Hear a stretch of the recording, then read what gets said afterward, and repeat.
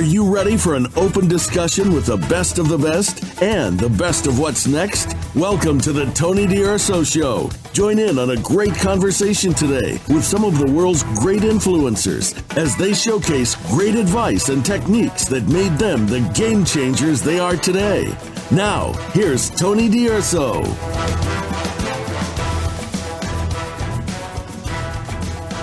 Hi, and welcome once again. I'm your host, Tony DUrso, and I am so pleased to have you join us. And I want to thank you. I know you've been listening every week. You've been sharing this with your friends. You've been loving the episode. Thank you for all your comments. Thank you for all the tweets. Thank you for everything. And I just have to say, this is so important that we are here to help you turn your vision into reality. And today we're chatting with someone at the top of their category, an elite entrepreneur. And we're going to speak with the Duchess of Decorum, Patty Ehsaei. Now, just hang on a second. Let's just take this from the top. What is decorum? How do you define it? Well, the dictionary says that it's behavior in keeping with good taste, and also it's accepted standards of behavior or morals. So you may be thinking, okay, so that means how to act, how to say things, perhaps how to eat properly with a fork and knife and all that. And I'm going to say, wrong. How about growing your income and becoming that R word, as in rich? Yeah, there's some great tips coming for you on that. And aside from money, decorum to me means it's all about how to treat others, how to be when dealing with clients, prospects, as well as friends and family, and so much more. So please, let's start with a blank slate and speak with someone who really has this all figured out and can teach us so easily. Meet Patty Ehsaei.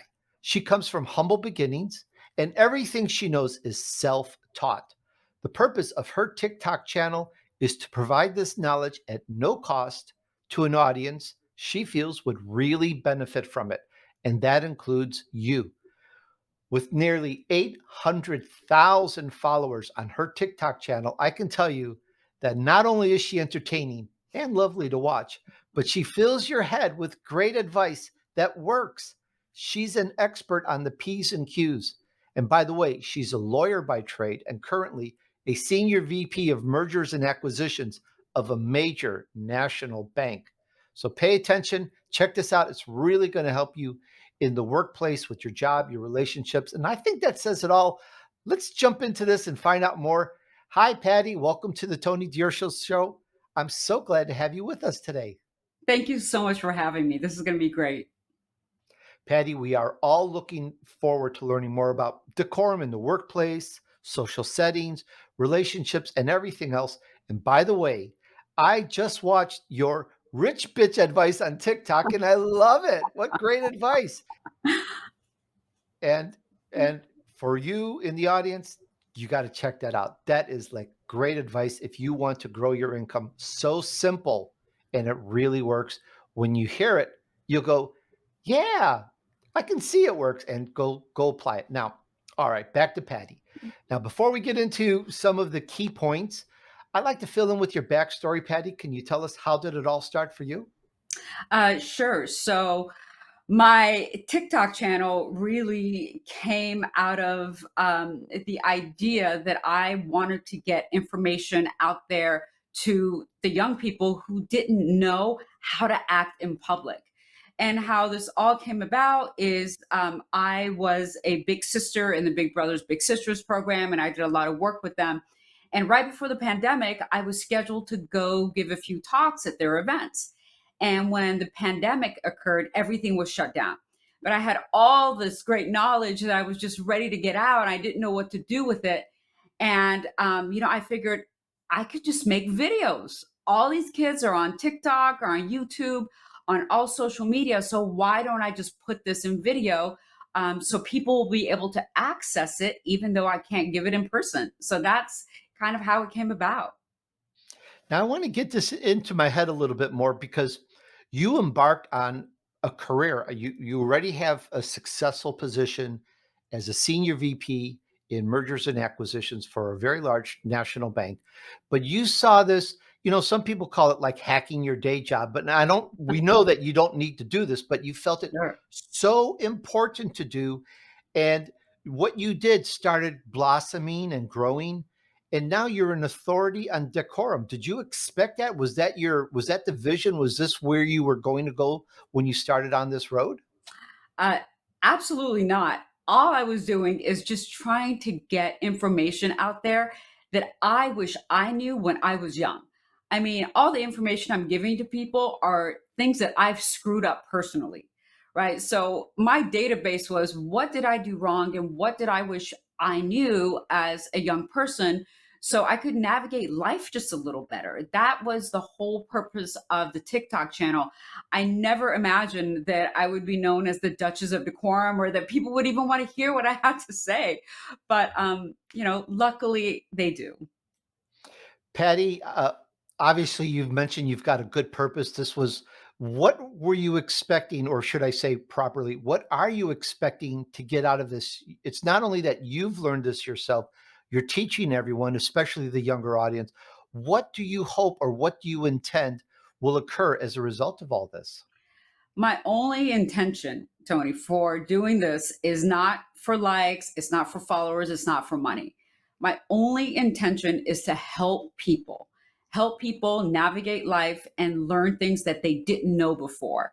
And I get that back when I get comments saying, I went to my son's wedding and he married a very rich girl and I followed your etiquette advice and I knew what I was doing. I looked like I knew what I was doing. I didn't look bad. Or I followed your advice on interviewing and I got the job within 10 minutes. It's those types of things that are so rewarding to me. And that is my only intention, is to just help people and hopefully, they can have better lives because of what I'm doing. Great purpose. Patty, just earlier, I defined decorum, what it meant to me. I'd like to hear from you. What is decorum and why is it so important? Decorum decorum is the rules that we need to live by in order to create order, right? Decorum creates order, etiquette creates order, and that's why it's important. Everyone thinks it's just like this uppity, thing that, oh my god, only fancy people should do etiquette or know decorum, and that couldn't be further from the truth. There's a reason that we have etiquette rules, and there's a reason for all of it. For example, they say pass everything to the right. Well, there's a reason for that, because if you're passing to the right and the person next to you is passing to the left, you're just going to meet each other and it's just going to be chaos. So there are reasons for all the rules and it creates order, and order is never out of style or too old or anything like that. It's so important. We're talking with Patty Ehsaei, the Duchess of Decorum, and the place to find her is at TikTok at Duchess of Decorum. And Duchess, that's DuchessOfDecorum. Patty, let's get a little bit more into your vision path. And I want to speak more about decorum and what you do and why it's so important, and tie in some of these points. Let's kind of take this apart a little bit, perhaps. Sure. You talked about passing on the right and the left, and some people, well, if you have a big family, it's really important because otherwise the food's coming all this way, and Right. you may not get that dessert that you wanted because it's going back and forth. I remember that's happened to me before. We have a big Italian family, and we just pass. That's right. Oh, that's how I was growing. And I'm telling you, there's times it was like the dessert is way over there. It's like it won't come to me. So aside from that little Yeah. humor, let's talk about decorum in the workplace. People work at home. People may not think it's so important, but why is it important? And let's kind of go into perhaps some piece of it, some advice and some tips and so forth on that. Sure. So whether you're working at home or not, you're still in a business setting. And eventually people, will be going back to the office, will be going back to work. But even if you're not, you're still in a business setting. And this is a setting where you want to excel. So any setting that you want to excel, you want to make sure that you're doing things correctly and doing things properly and not screwing up. So that's why it is so important to know proper workplace decorum. And some of the biggest mistakes I see people make in the workplace is, for example, how they ask for a raise. So instead of saying, I deserve a raise because I have contributed X to this company, which has led to X amount of growth, they say, well, Joe over here is making more than me. How come I can't make as much as Joe? That is a horrible reason to get a raise, right? So that is one thing. Another thing is when they resign, they burn the bridge. And when you resign, you never want to burn the bridge. Why? Because your next employer is probably going to ask for a reference from your current employer. So if you burn that bridge, you will not get a good reference from your employer. So those are just a few things that people need to understand in the workplace. And also, I always do other workplace decorum, like, how to handle situations where someone is making you feel uncomfortable at work. So you have to, address those situations head on, be able to speak with them and not just, sit there and just be uncomfortable the whole time. And these just make the workplace a better place to work and a better environment and most conducive to getting the job done. And Patty, when it comes to working at home, any particular tips or advice you can give? Because we're speaking to other people in our company or affiliates or what have you through email, through Zoom, through the phone call. What kind of why is decorum important, and what are some perhaps some good tips or advice on that? Sure. So if you're working from home, you have to have a designated space to work. And that means a space that's away from your children or your dog or anything else that could interrupt you because you're still working. You have to pretend that you are doing exactly the same thing as you would be if you were in the office. So that's the first thing.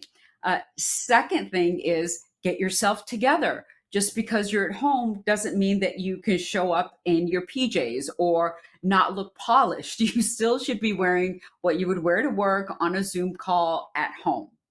And lastly, make sure that you put in the required amount of hours for you to be able to get your work done.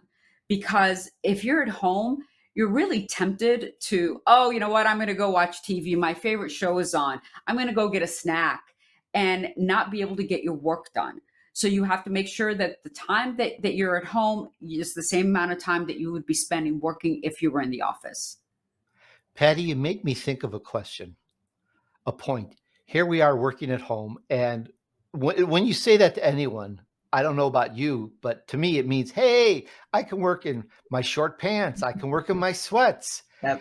And that when you do that, to me, it's a mindset. And you talked about dressing the same as you would go to work. And I'm thinking, okay, why? Does that really change the what you do and how you do? I'd like to drill down into that a little bit more. Yes, absolutely. It is absolutely about mindset because your mind knows the mode it's supposed to be in based on your environment. So, for example, studies show that you should only be in bed when you're sleeping because your mind knows, okay, this is the time to sleep, right? So, when you put on your clothes, when you take a shower, when you look professional, your mind is going to be in work mode. It's hard to be in work mode in your slippers and your robe. It's just not going to work. Your mind is not going to know, okay, this is work mode. This is the time to get things done. It is in lazy mode. And that's not what you want to be at work. You never want to be in lazy mode. So get yourself together and your mindset will change as a result. Those are good points. Are there any common mistakes that you see out there that would really help our productivity, or do we just go over the major ones? I'm just curious if there was anything else, because I want to ask also about other types of mistakes in other areas, but I just wanted to make sure I've taken a look at the workplace before I move on. Sure. I think productivity studies have shown that if you are in a task, if you're involved in a task, finish that task. Going back and forth from your task to email, back to the task to email is really going to mess up your concentration. And how many of us do that? I mean, I know I'm guilty of that. I'll be working on a spreadsheet or a project and I'll get an email. I'll just switch to the email, start answering the email. That is proven to be a wrong way of working, and that will, in the long run, be disadvantage. It will cause you to have a disadvantage because your mind can't go back and forth that quickly between tasks. So you lose a lot when you're going back and forth. So focus on your task, get that done, then set a time where you're going to check your emails. Easier said than done, Patty. Absolutely. Focus on the task. There's, I think, and I'm speaking personally, when you're at home, there's more distractions. When you're at work, you've got let's call it the workplace distractions. You've got coworkers or Yep. seniors or the boss walking around. And I get that. I've spent many, many years in corporate America. Mhm. But when you're at home, it's a different type of distraction. It's people at the door. Yes. It's family. It's phones. Yes. It's different things that need your attention. And I get that we should have a separate space. And I believe those that are more successful, this is a total belief, those that are more successful Mhm. in working at home have a special space devoted to just working and stuff like that. Yes. But how can we focus? Because it's easier said than done. As I mentioned, it's like any particular tips or hacks to having a better focus? Yes. Do not have your television on because that is a quick way to just lose focus. And have all the things that you need to work, including water, all your tools right in the space where you're working, because that prevents you from continuing to get up and go, oh, I need this, I need a pencil, I need that. Every time you're getting up, you're opening up yourself to distractions in the home. And if your family is around and they see that you're buckled down and you're focused, and make sure to tell your family, look, these are my work hours. You're not to interrupt me. Now, I know children probably will not listen. They're still going to interrupt you, but at least you've communicated that. But if your family sees that you're buckled down and you're focused, you're not constantly getting up, they're more apt to leave you alone. So your workstation has to be something where you could stay at for a long period of time. So have everything you need there. Good points. Now what we've discussed so far are kind of like the don't do this and don't do that almost.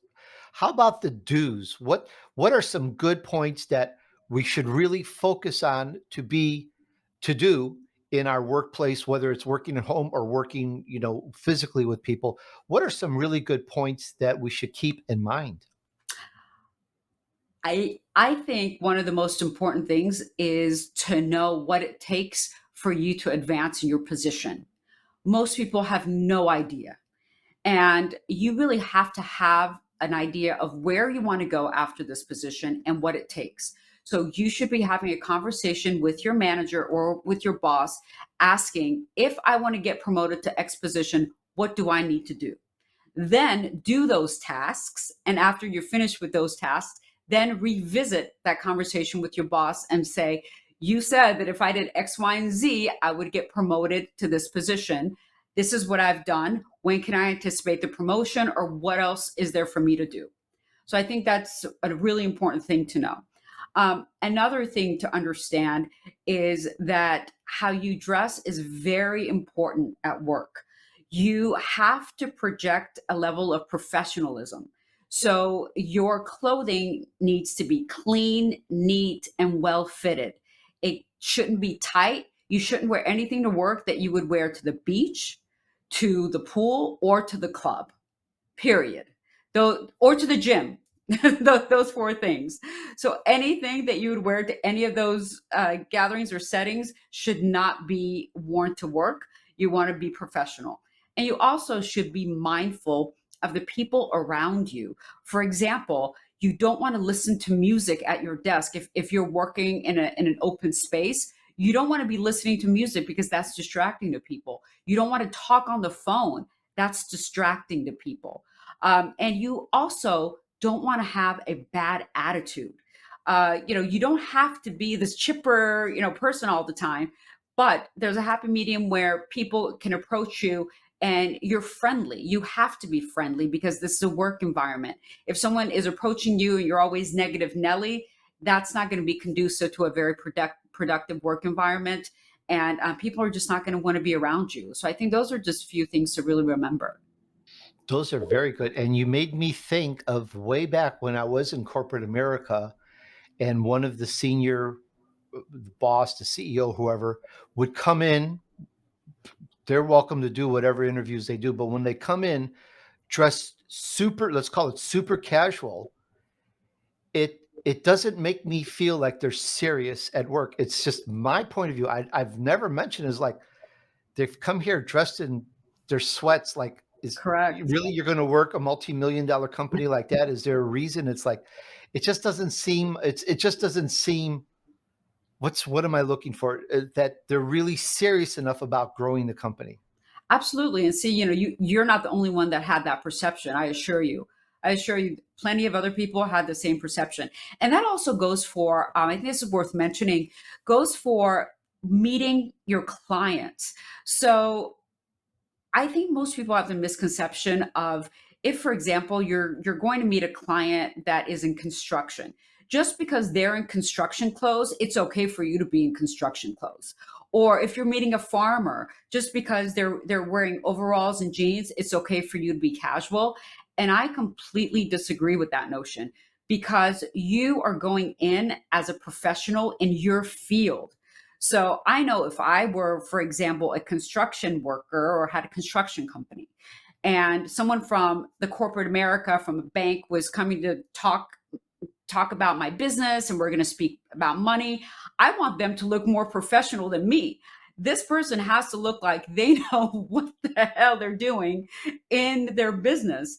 And they're not going to want to see you in overalls. They're not going to want to see you in jeans. They're going to want to see you in your work costume, I call it, because that's who you are. So never make the mistake of thinking, oh, I'm going to go see a casual client. I can be casual too. I like that a lot. And now, drum roll. I want to talk about decorum in financial success, the All do's, the right. don'ts. I Sure. talked earlier about how to be a rich bitch. And so I guess for the men, if I'm allowed to say that, is that politically correct anymore? I don't know. Correct me. A rich mister? What? Yes. I'm being silly. It's my Italian. Don't shoot the messenger here. I'm just being funny. Patty, save me. Yeah, it's meant to be tongue in cheek. And when it says I'm rich bitch, it's not saying that I'm a rich bitch. It's kind of like celebrating the fact that you're rich. It's like, yay, I'm rich, bitch. Like that's what it's meant to be. Very tongue in cheek, obviously. How about some do's and don'ts and what you've said on some of your videos? I haven't watched them all, Hmm. but they're so entertaining, and the advice just the way you do it, Patty, it just sticks in the brain. I love it. Thank We'd love you. to hear some tips on that.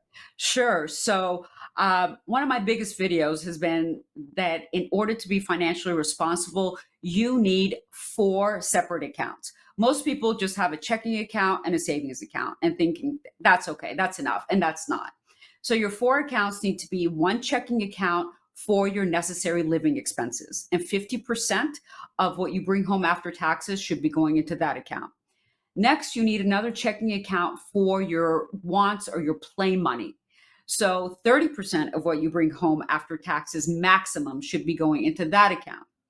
Then you need a savings account for your emergency fund, and you need about 3 to 6 months worth of living expenses in that account.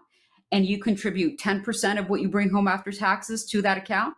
Then you need another savings account. And that savings account is a savings for your bigger purchases, like a house or a car or anything like that. And 10% of what you bring home after taxes should go into that account. Now, when you have 3 to 6 months worth of living expenses in your emergency fund, you stop contributing to that. And then you put 20% in your savings account to build that up.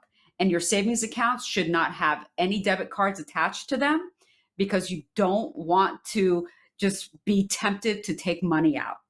So that's one.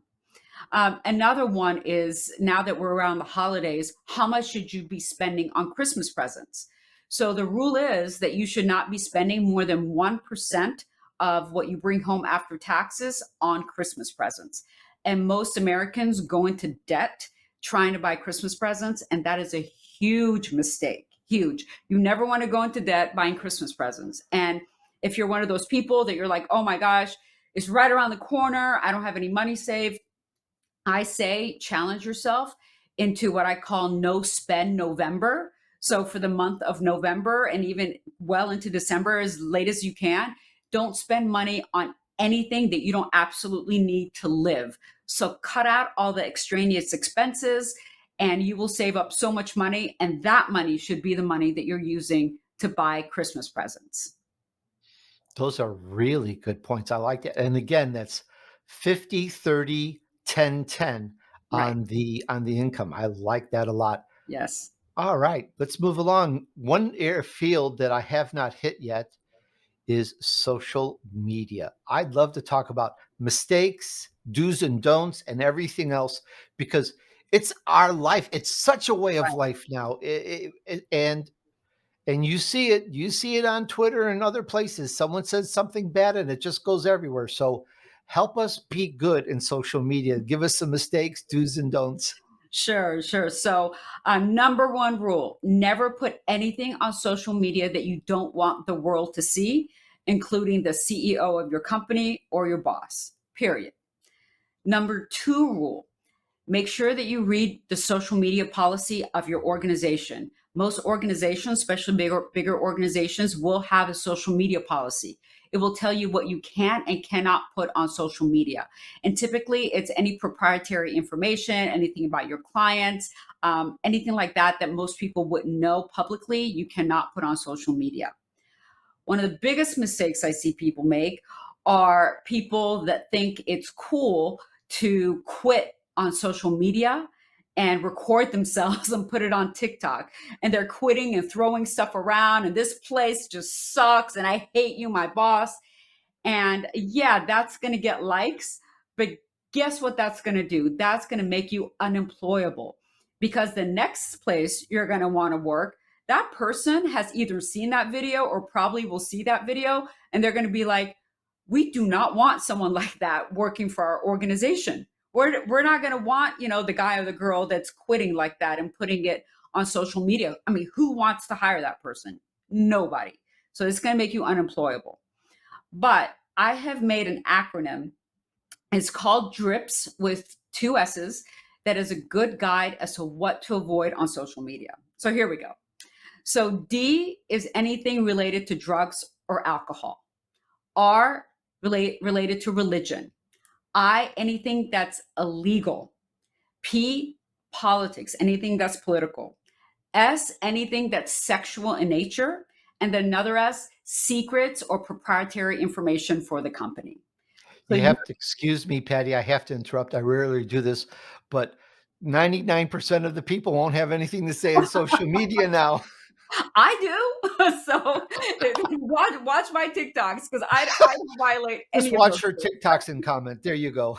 Yes, exactly. So It's a huge preponderance of what you see on social media right now are those points. But again, to be fair, that's what we should avoid. absolutely. Yes, you should really avoid that. And I think the do's, social media should be used for positive purposes. Again, the reason that I do it is to teach people something. So anyone that watches your video should walk away being better than they were before. That is my rule. I never put out a video out there where I think, okay, after watching this video, people are going to be worse off.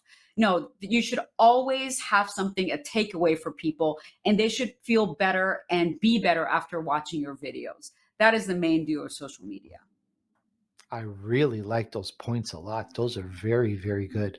Thank Patty, anything else that you feel is important before I move on in terms of decorum, relationships in the workplace, do's, don'ts? Just I want to make sure that we've hit some of the key points. Obviously, we can't hit everything. If you want to know everything up to 2 minutes ago, then you should go on Patty's TikTok because she's got almost everything. But in 5 more minutes, she'll have more of everything. I'm just trying to be silly, but you. Yes. but there's so much. What I'm trying to say is it's a big, big field, and I want my listeners, as you've mentioned, to come away going, I know a lot more, and I know where to go to understand better, to be better. So if there was anything else that comes to mind, I'd like to make sure we address that. Yeah, no, I think that's it. I think we covered the most important points. Good. So we're all going to be rich now, rich and Yes. social media wise adept. Yes, and savvy.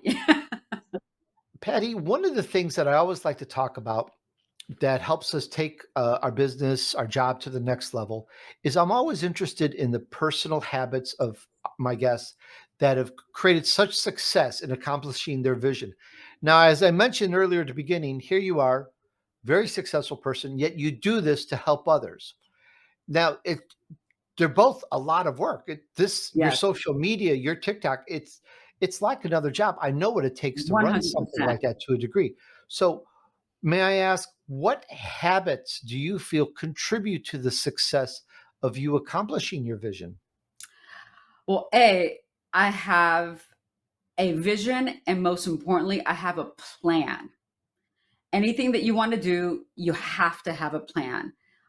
Because, I always say hope is not a strategy. Wishing is not a strategy.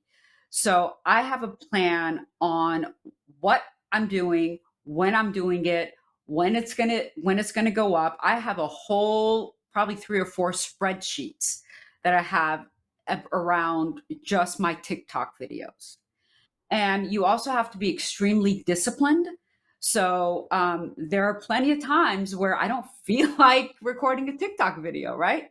Because I have a day job and that takes a lot of my time. I honestly have 2 full time jobs, and that's at minimum. I mean, I probably put in 90 hours a week total on everything that I do. And there are times where I don't feel like doing it, but you have to be disciplined. So even when I don't feel like doing it, I do it. And I think another thing that makes me successful in this is that the intent behind it is never about likes or money or success for me. That's never the intent. When that's the intent and you don't get it, you become discouraged, and it really affects the output. It really affects what you do, because you're like, oh my gosh, I'm not making any money. I'm not getting that many followers. You become discouraged. But if it is about just teaching people and helping people, that is what's going to keep you going. Everything else will come. The success will come. The money will come. The likes, the followers will come. But you just have to have really good intentions behind why you're doing what you're doing. So true. I'm in full agreement with that. And you are so much like an entrepreneur because we don't work the 40 hours. We No. work we work 80 to 100 hours a week and we have Yes. more fun. And here you are Yes. with two full-time jobs and doing what you do. That is astounding. Thank And you. I great habits and you're very structured and that shows in your success because you just lay it out and you accomplish it. So Yes. that begs the question now, and you're welcome. That begs the question of, are there any particular resources that you feel our audience entrepreneurs should be aware of that you feel have helped you a lot? Just curious if there's anything there that you feel is really helps put that structure in and that lifestyle. For me, as far as resources are concerned, you have to know what you're good at and focus on that. And most importantly, you have to know what you're not so good at and have somebody help you. So, for example, I don't have the time or the know how to edit videos. Could I figure it out? Absolutely, I can. I can take the time to do that. But I know that that's not my strong suit. So I have someone doing my editing. I've hired an editor to do my editing. Now, I understand that a lot of people or some people are not going to have the resources to be able to do that. But editing is very important in getting videos out there because it has to look good. If it doesn't look good, no one's going to listen. If it doesn't sound good, no one's going to listen. If the lighting's off, it's just not going to work. So you have to be very aware of how your product looks and have the right people around you to help you make it look good. Really important, especially run tests and so forth. That's why Yes. people who do this, radio people, they always do sound checks, etc. Video people, you have to do the same thing, do tests. Very important. And Patty, before we go, I had mentioned a few things early on when I introduced you and stuff and so forth, and then we spoke about it, but we really didn't drill into it. And it's a sensitive, maybe, or a tender, or gotta watch what you say in this world. but we didn't talk about relationships. And that, I think, is important because that influences our work, Yes. whether we work with our spouse or significant other or what have you. So I'd love to pick up a couple of do's and don'ts and proper decorum when it comes to relationships, please. Okay. So in relationships, these are just some of the biggest questions I get asked. So one is, who pays on the first date? And I always say the person who asks pays. Okay. So that's the rule. Now, a lot of people think that the man should always pay. And this is where I differ from most women, because most women think empowerment means that you just sit back and the man pays for everything. And what women have to understand in relationships is that anytime that you're giving away, you're allowing someone to pay for you, you're giving away control and power in the relationship. So you have to be very, very aware of that, because yes, the first 10 times the guy's paying and it doesn't mean anything, but you'll slowly start to see that you will lose your power, because then he decides where you go, where you're going to eat, how you're going to do it. So having a power balance in relationship is very important. And the best way to get that is to contribute equally monetarily in a relationship. So a woman should always make her own money, and most importantly, control her own money. And so should a man. Both people should have control over their finances. They can contribute to a household fund where they pay for household expenses. And I always say, to make it fair, everyone contributes the same percentage, because one person may make a lot more, one person may make a lot less, but you're contributing the same percentage to the household budget. And that way, everyone feels like they're contributing. You have control over your own finances and you maintain your power in a relationship. Those are very interesting points, and I see that a lot today. Back in yesteryear, for me, it wasn't quite that way. It was the Right. man pays, and when there's a marriage, the finances get pulled together, and then in a strategic way, you decide what you're going to buy, what you should buy when you take a vacation, the house, the car, Right. and it all works out because you have now the aggregate of both incomes. But more and more, I hear that I am an anomaly in that, and more I hear it's the man, the woman, and so forth. They keep their income separate and they share a little bit, or some take some bills and some take some bills, and then I'm not used to Yeah. that, but apparently that is the way that how it's done these days. Yes, and we have evolved from the way that it used to be, and I really use that term evolved, because one of the main reasons that we have these notions that a man is supposed to pay for everything is because when a woman married a man, she was seen as his property. So that's why women changed their names. So he was responsible for his property, meaning he was responsible for the woman just like he was responsible for his cows or his goats.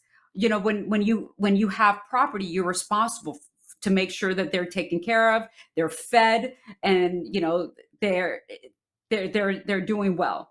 So women were seen as men's property, and that's why men were responsible for paying for everything. That is the historical aspect of this. Now, again, we've evolved past that. So as we've evolved past that, then women also have to evolve and understand that, hey, you're not someone's property anymore. So you are your own person and you got to pitch in into this relationship. I like that. I like that concept a lot. And for me, I've done a little bit of both worlds because when I got with my wife, which by next month will be 29 years we've been together, is I wanted her to keep her maiden name. And some people don't even think we're married, and we've been together, quite a few decades, almost 3 decades now. And Wow. I like that because to me, it makes it very distinct as she's a separate person and I treat her as a separate person. And I don't mean to be weird or say something incorrect. No faux Sure. pas, please. You know, but I just really liked it, and I give her that she's separate, just because of that, and it's worked for me. Now, different people have different things, and they like to Sure. do it different ways, and I get all that. Sure. And there's a bug flying around above me, but it's okay. He's listening in. He's intrigued by what we have to say. Patty absolutely loved it. Absolutely loved it. And once again, we've been speaking with the Duchess of Decorum, Patty Ehsaei. And again, the best place to find her is on TikTok at Duchess of Decorum. And check it out and get rich. Bitch. Don't forget the bitch part. Or Mr. I'm going to say it. Okay. Yeah, exactly. Don't shoot the messenger. But Patty, really, thanks for sharing with us today. I absolutely loved it. It was great. This was great. Thank you so much for having me, Tony. This was amazing. Hey, thanks for hanging out with me while I featured an elite entrepreneur who took her vision to reality. That was such a great interview with the Duchess of Decorum, Patty Ehsaei. We talked about so many things, and in no particular order, we discussed decorum. We talked about decorum in the workplace, some do's and don'ts, why it's so important, whether you work at home or you work with others or in the normal setting, if I can say it that way, the regular setting, the old world setting. You're always, one thing about work, there's always people involved, I believe. Somewhere, somehow, there's people involved, and there's ways to treat them. There's ways to act. And these are really key points to learn. And we talked about some mistakes made. Together, this helps you if you're looking for a job to land a job. We talked about the etiquette to deal with others, and we talked about financial success. We talked about getting to be a rich bitch. I love that advice. We talked about social media, mistakes, do's and don'ts. What's important to keep in mind when we use social media? Remember the drips? That was really good. And we also talked about relationships, some very key relationship items, very important. Put it all together. We learned quite a bit. And I'd like to know, here's my question for you.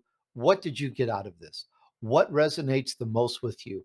Let us know in the comments below if this is on video, or tweet me if it's on social media.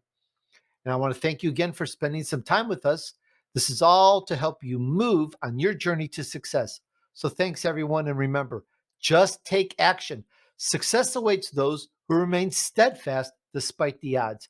Do good deeds, sow good seeds, and join me on the next episode of The Tony DUrso Show.